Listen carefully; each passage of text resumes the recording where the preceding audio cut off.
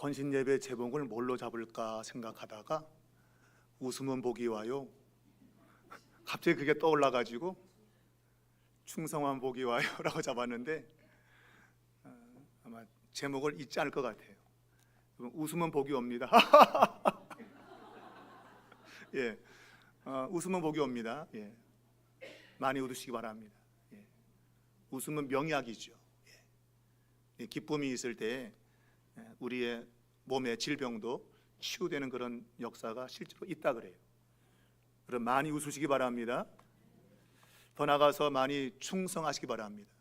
충성하면 복이 와요. 예. 성경이 우리에게 충성을 강조하고 있는 이유는 그냥 하는 것이 아니라 충성하는 자에게 복이 온다는 것이죠. 복을 이야기하면 실질적으로 물질적인 복을 많이 생각하지만 그러나 물질적인 복 외에도 영적인 복, 성경은 시들지 않는 생명의 면류관, 우리가 요한계시록 보게 되면 죽도록 충성하라, 그러면 내게 생명의 관을 주겠다. 그게 성경이 말하는 가장 큰 축복인 것이죠. 죽도록 충성하면 생명의 관을 우리에게 주신다. 그것이 우리의 최고의 복인 줄로 믿습니다. 근데 그 성구가 쓰이는 목판이 제일 안 팔린대요. 백화점 가보면 죽도록 충성하라 하는 거는 잘 안 팔린대. 갖다 놔도 안 갖고 간대 사람들이. 그만큼 충성하기 싫다 이게 있어요. 더군다나 죽도록 충성하는 것은 잘 안 하려고 그러는 거죠. 가끔 간헐적 금식이 아니고 간헐적 충성, 하다가 안 하다가 하다가 안 하다가는 그런 간헐적 충성은 그래도 하려고 하는데 죽도록 충성하는 거는 잘 안 하려고 해요. 그래서 그걸 안 사가는 거예요. 가장 많이 팔리는 게 뭘까요? 맞아요. 내 시작은 미약하였으나 나중은 창대하리라. 그게 제일 잘 나간대. 어찌되었든 잘 되는 거는 누구나 다 바라고 있어요. 오늘 이 여호수아서 15장 13절 이하에 있는 이 내용을 제가 왜 선택했는가 하면 지금 우리가 여호수아서를 계속해서 보고 있는데 이 15장의 이 갈렙이 헤브론과 드비를 정복한 이 기사가 여기만 있는 게 아니라 사사기 1장에도 있기 때문이에요. 동일한 내용이 왜 여호수아에도 있고 사사기에도 있어야 되는가 하는 것이죠. 늘 성경을 볼 때 같은 내용이나 비슷한 내용이 있는 것은 그만큼 중요해서 성경 저자가 그것을 기록했고 성령님이 그것을 모으신 거죠. 뭔가 주는 메시지가 있기 때문에 같은 내용을 반복해서 성경은 기록을 하고 있다고 하는 거예요. 오늘 본문은 읽은 대로 갈렙이라고 하는 사람이 헤브론에 의해서 드보를 정복한 그러한 기사입니다. 아마 이 기사에 대해서 설교를 아마 한 번쯤은 다 들어보셨을 거예요.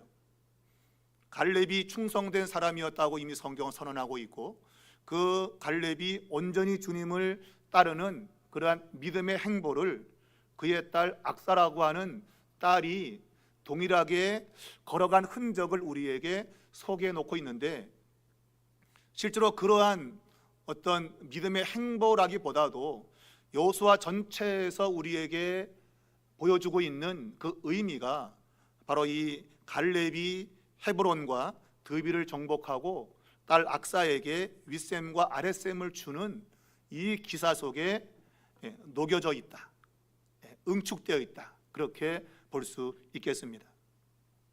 말했지만 갈렙이란 사람은 모세도 인정했고 그리고 여호수아도 인정한 사람입니다. 그래서 갈렙에게 헤브론 산지를 허락했죠. 85세의 나이에 헤브론 산지를 정복하게 됩니다. 오늘 성경은 이 헤브론 산지의 특성을 소개하고 있는데 그것은 바로 이 거인들이 있었다라고 말하고 있어요. 그래서 14절을 보면 이 아낙, 바로 거인을 가리키고 있는데 그 세 아들 세세와 아히만과 달메를 쫓아내었다라고 이야기하고 있습니다. 그리고 이어서 드빌 주민을 쳤는데 이 드빌의 본 이름이 기럇 세벨이라라고 말하면서 이 드빌을 정복할 때에 갈렙이 그의 딸 악사를 경품으로 내걸었어요. 경품으로. 그러니까 이 아버지가 좀 정신 나갔죠. 이 아버지가 참 믿음은 좋은데 약간 정신은 왔다 갔다 하는 사람이에요. 믿음이 좋은데 정신이 왔다 갔다 하는 것도 별로 좋지는 않아요, 여러분. 정신이 올바라야 되는데 이 갈렙이라는 사람이 믿음은 좋아서 85세 나이에 험악한 산지, 더군다나 거인이 자리하고 있는 이 헤브론을 차지했다는 거예요. 대단하죠, 여러분. 성경 그러면 단순하게 어떤 인간의 대단함을 우리에게 보여주고 싶어 하는가? 실제로 성경에는 위대한 사람들이 많이 등장하고 있지만 그러나 궁극적으로 성경은 하나님의 이야기죠. 하나님이 어떻게 사람들을 사용하여 하나님이 그분의 뜻을 이루어 가시는가, 그것이 성경의 이야기입니다.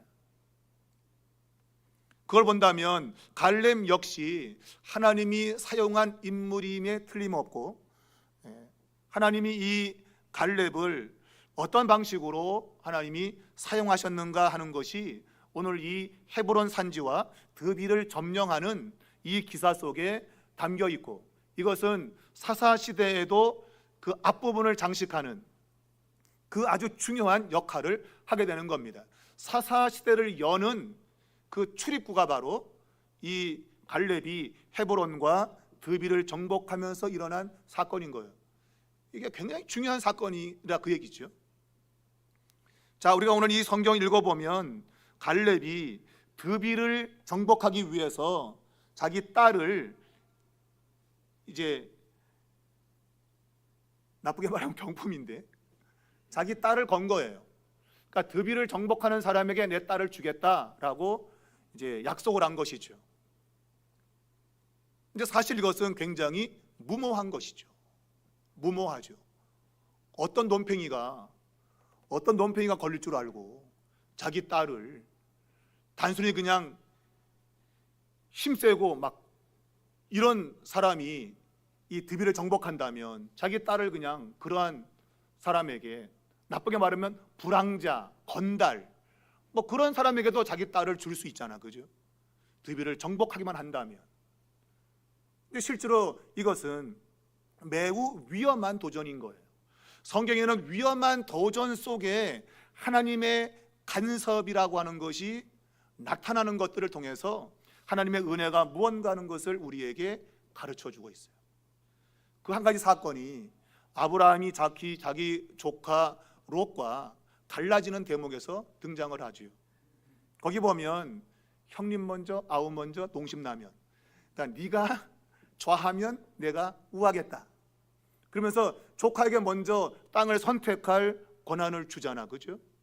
그러니까 아우 먼저, 에이, 그래도 형님 먼저 해야 되는데 조카 롯은 덥석 자기가 먼저 좋은 땅을 차지했어요. 이런 걸 보고 우리는 싸가지가 없다 그러는 거예요. 싸가지가 없죠. 자기 삼촌이 자기한테 이렇게 딱 했으면은, 아유, 적어도 내가 그래도 윗사람 대접해야지 하고, 아이고 아저씨가 먼저 고르세요 이래야지. 자기가 먼저 싹 보고 좋은 땅을 차지한 것이죠. 놀랍게도 성경은 그 땅이 소돔과 고모라였다고 돼 있어요. 소돔과 고모라는 악이 꽉 들어차 있는, 하나님 보시기에 악한 도시였다고 성경이 말하고 있잖아요. 만일 이 롯이라는 사람이 아주 지혜로워서 신앙 중심이어서, 야, 저 소돔과 고모라보다는 비록 여기가 좀 좋지 않지만 여기가 하나님이 약속한 땅이래, 그럼 내가 여기 살아야겠다, 그랬다면 아브라함이 소돔과 고모라로 갈 팔자였단 말이에요. 그렇지 않습니까? 롯이라는 사람이 자기가 지금 아브라함이 있었던 그 땅을, 아유 삼촌 내가 여기 땅을 가질게요. 삼촌이 저기 좋아 보이는 땅 가세요. 제가 아무래도 제가 조카인데 제가 대접해 드릴게요. 그랬다면 아브라함은 소돔과 고모라 땅으로 갈 수밖에 없었죠. 왜냐하면 조카 롯이 먼저 선택권이 있었기 때문에. 그러니까 이것은 아브라함이 양보심이 강해서 조카에게 땅을 먼저 선택하라고 한 것이 아니고 그의 무모한 도전이에요. 아브라함의 그 무모한 도전. 아브라함은 허물이 굉장히 많은 사람이에요, 여러분. 우리가 생각하는 이상으로 아브라함은 허물이 많은 사람이에요. 그래서 내가 너에게 지시할 땅으로 가라 할 때에도 본토 친척은 떠났는데 자기 조카 롯은 데리고 갔잖아요. 그러니까 아브라함은 천성적으로 완전한 순종하는 사람이 아니에요. 적당히 타협하고 순종하는 사람이에요. 또 비겁하고 인간적으로 볼 때도 그래요. 그러니까 조카 롯에게 선택권을 줬는데 근데 참 놀랍게도 조카 롯이 신앙보다는 세상적으로 눈이 밝은 사람이에요. 어디 땅값이 좋은가라고 생각하다가 소돔과 고모라 땅이 좋게 보인 거죠. 그 땅을 차지하러 갔을 때에 하나님은 아브라함을 그냥 그 자리에 있게 하셨고 네가 눈을 들어 동서남북을 바라봐라. 내가 너가 바라보는 그 땅을 너에게 주겠다고 약속하셨고 결국은 아브라함이 가나안 땅을 소유하게 되는 그런 일이 벌어진 거예요. 이게 하나님의 간섭인 것이죠. 우리가 볼 때는 전혀 그런 낌새가 보이지 않지만 하나님이 거기 간섭한 거예요. 약속의 땅을 아브라함과 그의 후손이 가질 수 있도록 조카 롯을 잘라낸 거죠. 거기에 보이지 않는 하나님의 손이 역사했던 거예요. 똑같이 이 부분에서도 지금 갈렙이라는 사람이 믿음은 좋아가지고 그래 나가 믿음으로 살았으니 일평생 믿음으로 살았으니 내 딸도 믿음 있는 놈한테 보내야 돼 하면서 드비를 공격해서 빼앗는 자에게 내 딸을 주겠다라고 호언장담을 한 것이죠. 호기 있게. 그러나 그것은 매우 위험한 거죠. 어떤 사람이 자기 사이가 될 줄 알고 힘만 세면 됩니까? 그러면 조폭들이 와서 그냥 그 땅을 차지하면 조폭한테 자기 딸을 줘야 될 그런 거 아닙니까 지금? 근데 참 희한하게도 그 드빌 땅을 쳐서 정복한 사람이 온닐이라고 하는, 성경은 그를 가리켜서 갈렙의 아우 그나스의 아들인 온니엘이 드빌을 점령했다고 돼 있어요. 이 드빌을 점령한 온니엘은 사사시대의 제1호 사사로 사사시대의 문을 여는 사람입니다. 그러면 놀랍게도 아주 호기 좋게 갈렙이 무모하게 자기 사위를 맞으려고 했는데 하나님이 간섭을 하셔가지고 사사시대의 포문을 여는 그러한 믿음의 사사가 드빌을 정복하도록 하나님이 섭리하신 거예요.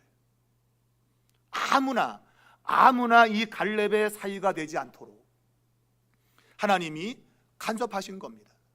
그래서 이것을 사사기 첫 부분에다가 성경 저자가 두고 있는 거예요.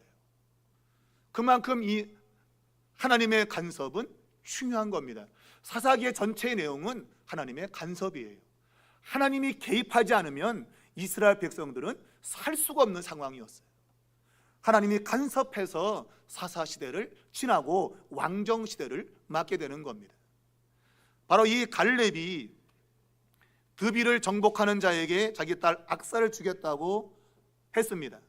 그런데 온니엘이, 그러니까 성경에 보면 그가 동생인지 조카인지 잘 구분하기 어려워요. 아우 그나스의 아들이면 그는 조카죠, 그죠? 자기 동생의 아들이니까 조카가 되는데 만일 갈렙의 아우 그나스의 아들 온니엘 그러면 동생이 돼요. 그러니까 이게 어떻게 읽냐에 따라서 얘가 동생이 되기도 하고 조카가 되기도 하고 그래요. 그러니까 정확한 걸 알 수가 없어요. 학자들도 동생일 수도 있고 조카일 수도 있다. 왜냐하면 성경을 그렇게 읽을 수밖에 없기 때문에 어찌되었든 동생이든 조카든 간에 온니엘이 이 악사를 아내로 맞이하게 됩니다. 재밌는 것은 18절에 보면 이 악사가 출가할 때 결혼해서 이제 남편을 따라가게 되는데, 그런데 남편에게 뭔가를 요청을 합니다. 남편에게.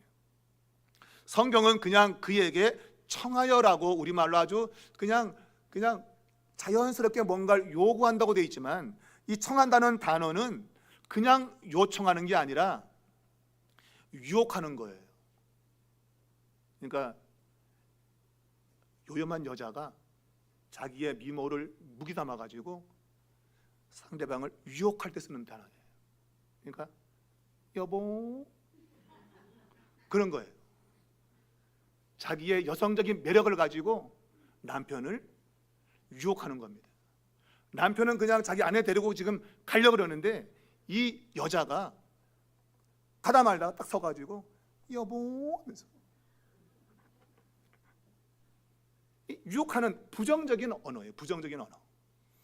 그냥 가야 되는데 남편을 꼬셔가지고 뭔가를 의도하려고 하는 거예요.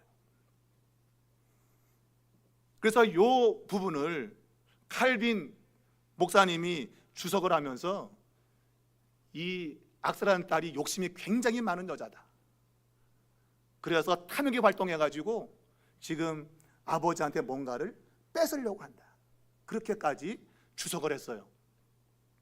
그러나 실제로 정말 탐욕이 많은지는 모르겠는데 이 단어 자체가 유혹한다는 건 틀림없는 거예요. 그러니까 남편을 유혹해서 여성적인 매력을 통해서 유혹을 해가지고 지금 자기 뭔가 목적한 것을 이루려고 하고 있는 거예요. 그래서 이 악사가 자기 남편에게 여보 이렇게 해서 저렇게 좀 합시다 꼬신 거죠. 근데 거기에 대해서 실제로 이 남편 온리엘은 아무 말도 없어요. 거기에 대해서 뭐 응했다는 말도 없고 하자는 말도 없고 묵묵부답이에요. 그냥 청하여 아버지에게 밭을 구하자고 그냥 자기 혼자 결정을 하고 결정하고 그냥 내린 거예요. 남편이 반응도 하기 전에 그냥 자기가 나귀에서 내린 겁니다. 야 여러분 이게 대단한 거 아닙니까? 남편의 반응도 무시해버리고 여보 나도 넘어왔지 하고 그냥 일을 진행해버리는 거예요. 네. 그냥 일을 진행하고 있는 거예요. 이게 여성으로서의 어떤 뭐랄까요 진취적인 면을 드러내고 있는 거죠. 남편의 동의 없이 자기가 뭔가를 의도해서 지금 일을 진행하고 있는 거예요. 이것이 사사기의 포문을 여는 것은 사사기 5장에 가면 드보라가 나오잖아요.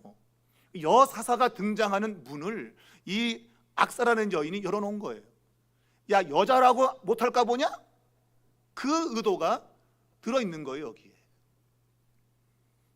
그러니까 사사시대에 드보라라는 여인이 괜히 등장하는 게 아니에요. 이 악사라는 여인이 밑밥을 깔아놓은 거죠. 밑밥 깔아놨어요. 여자라고 못할 게 뭐 있어? 자기의 무기 가지고 남편을 유혹해가지고 남편이 반응하기 전에 할래할래 하고 있는데 일을 진행해버린 거예요 여러분. 자 낙에서 내려서 갈렙에게 가는 거죠. 낙에서 가달라고 낙에서 딱 내렸더니 이 아버지 갈렙이 뭔가 낌새가 이상한 거예요. 뭔가 벌써 눈치를 챈 거예요. 갈렙이라는 사람이 눈치가 굉장히 빠른 사람이에요. 딸이 가다 말고 탁 내리니까 아 제가 뭘 하려고 하는구나 하는 것을 이미 알아버렸어요. 그리고 악사에게 물었다고 되어 있잖아요. 네가 무엇을 원하느냐? 너 원하는 게 있지? 그런 얘기예요. 너 원하는 게 있지? 아니 어떻게 알았을까요? 원하는 걸.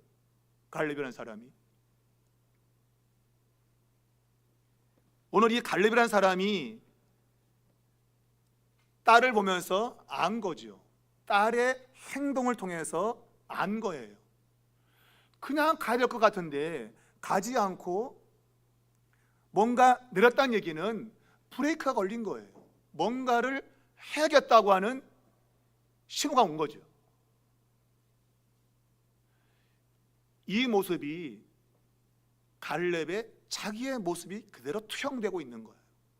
갈렙이 85세의 나이면 나는 이제 살다 그냥 죽어야 돼.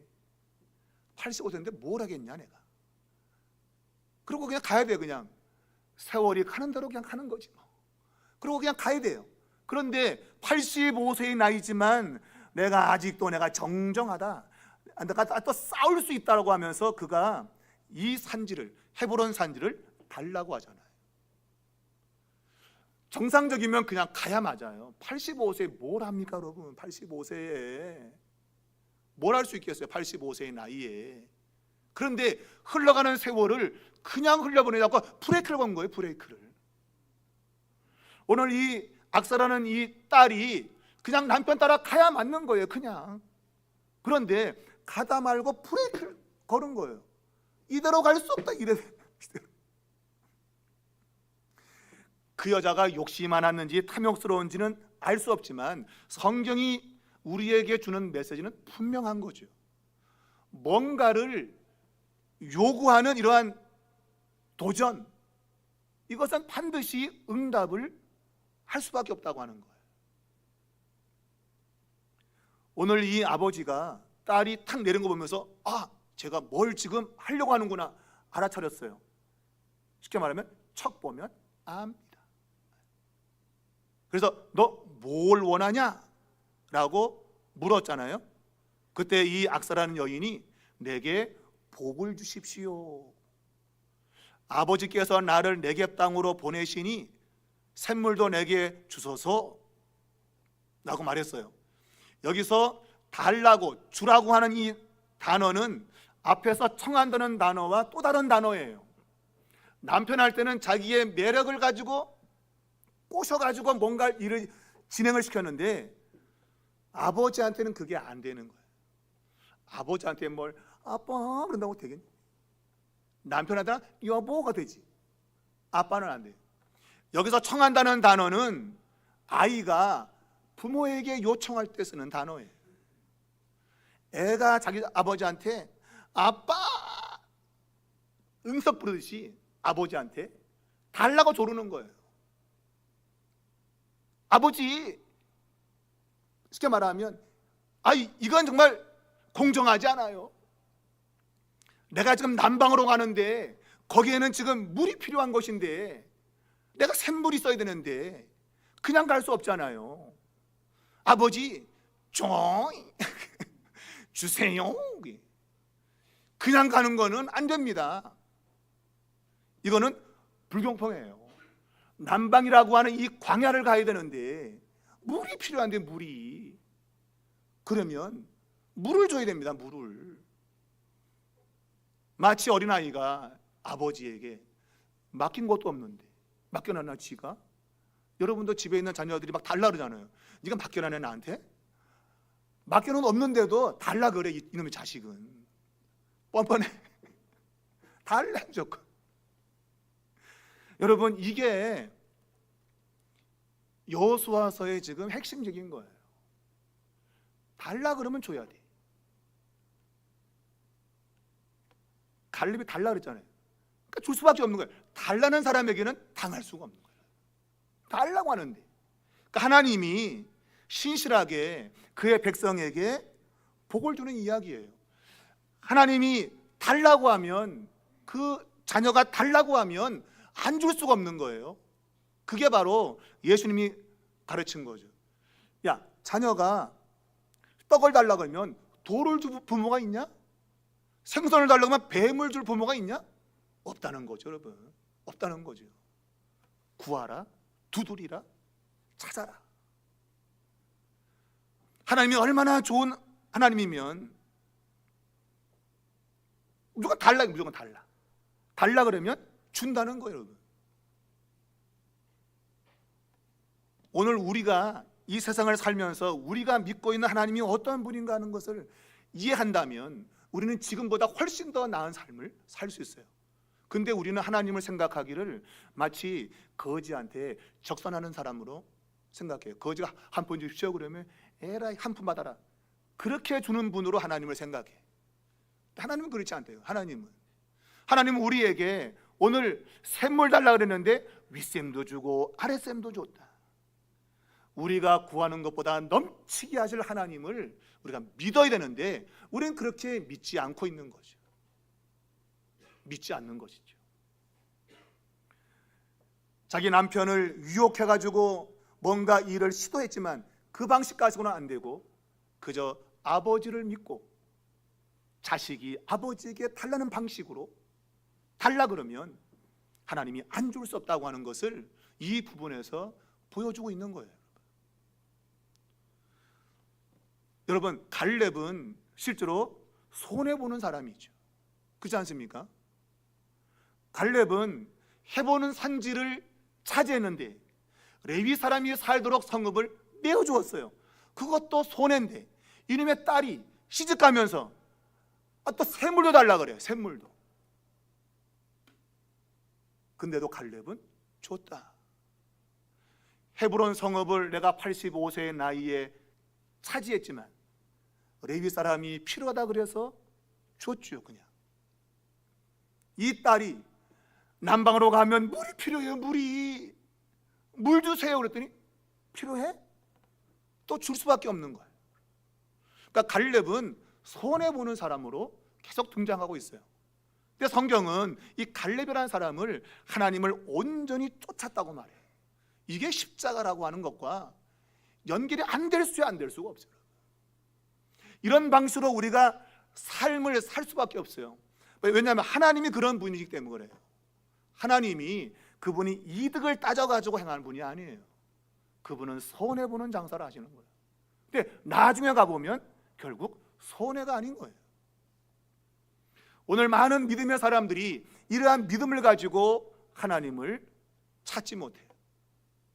뭔가 내가 다 갖추어져야, 내가 뭔가 정말 떳떳해야만이 하나님 앞에 할 수 있다고 생각해요. 그 자체가 교만한 거예요. 여러분. 우리는 어차피 하나님의 은혜 아니면 살 수 없어요. 내가 받을 자리가 안 돼도 그냥 남편 따라 그냥 가도 되는데, 그래도 아버지한테 물을 좀 달라야겠다. 근데 남편이 말을 안 들을 것 같으니까, 왜냐하면 온니엘도 믿음의 사람이니까 말을 안 들을 것 같으니까 여보, 내가 모르겠다고 그냥 바로 그냥 일을 저질러 버리잖아요. 갈렙은 계속 손해보는 사람으로 등장하고 있어요. 근데 성경은 그가 하나님을 온전히 쫓았다고 돼 있어요. 여러분이 주님을 따라가는 것은 십자가를 지는 겁니다. 여러분은 손해보는 길을 걷는 거예요. 이미 그것이 우리의 운명이고 팔자인 거예요. 이것 싫다고 안 하는 사람은 결국 주님을 따라가지 못할 겁니다. 그러나 말했지만 충성하는 자에게는 하나님께서 결국은 복을 주시게 돼 있어요. 말했지만 이 온니엘이라는 사람은 아무 말도 안 해요. 여기서 지금 이거는 뭐 허수아비인지 뭔지 모르겠어요. 아무 말도 안 해. 이 사람은 드비를 공격해갖고 딱 차지했는데 부인이 막 뭐라는데 아무 대꾸도 없어요. 그냥 묵묵부답이다. 그냥 어찌 보면 뭐 중심 무대에서 벗어난 것 같아요. 그런데 하나님은 이 온니엘을 사사시대의 1호 사사로 사용하신다고 하는 거예요. 이게 놀라운 것입니다. 내가 막 부인의 그런 행동에 대해서 이 앞에 내가 미쳤나고 막 할 수 있는데 이 온니엘은 아무 말도 안 해. 어찌 보면 남편을 무시하는 행동 같은데, 그런데 이 온니엘은 그래도 믿음의 사람이었던 거예요. 그가 드비를 쳐서 정복한 것은 믿음의 행위였던 것이죠. 하나님은 그러한 이 온니엘을 사사시대의 제1호 사사로 사용하셨다고 하는 거. 뭐든지 1호는 중요한 거예요. 포문을 여는 건 중요한 거예요. 여러분이 뭔가 하려고 할 때 항상 뭔가 1호를 하려고 하십시오. 눈치 보다가 남들이 하다가 하나 둘 뭐 하다가 늦게 일어나가지고 그러지 말고 여러분, 먼저 일어나시죠. 먼저 내가 하나님이 그렇게 사용하시도록 여러분 충성하시면 됩니다. 온니엘의 충성, 눈에 보이게 뭔가 나타나지 않지만 사사기를 들어가면 그가 제일 먼저 사사시대의 포문을 열고 있다. 이게 여러분 하나님 우리를 향하신 뜻인 거예요. 여러분 좀 손해보는 것 같아도 그냥 가십시오. 그냥 가십시오. 그러면 하나님이 손해보는 것 같지만 돌아보면 하나님의 축복이고 하나님이 사용하시는 그러한 거룩한 일꾼으로 서 있게 되는 거예요. 여러분 재직으로 여러분 부름받아서 얼마나 힘드셔요. 여러분 교회 섬기기 쉽지 않잖아요. 각자에게 주어진 그러한 직분 감당하려고 막 힘에 지나도록 때로는 할 때 있잖아요. 내가 이걸 왜 그럴 때도 말하고 싶을 때도 있지만 말하지 않고 여러분 묵묵히 하잖아요. 그것이 결국은 오늘 온니엘의 충성인 것이고, 손해보지만 갈렙의 또한 또 다른 충성인 거예요. 손해보는 것 같지만 결국은 하나님께 인정받는, 이것이 중요한 거예요. 여러분에게 오늘 이러한 충성이 있다면 뒤돌아보면 하나님 여러분에게 복을 주었음을 보게 될 겁니다.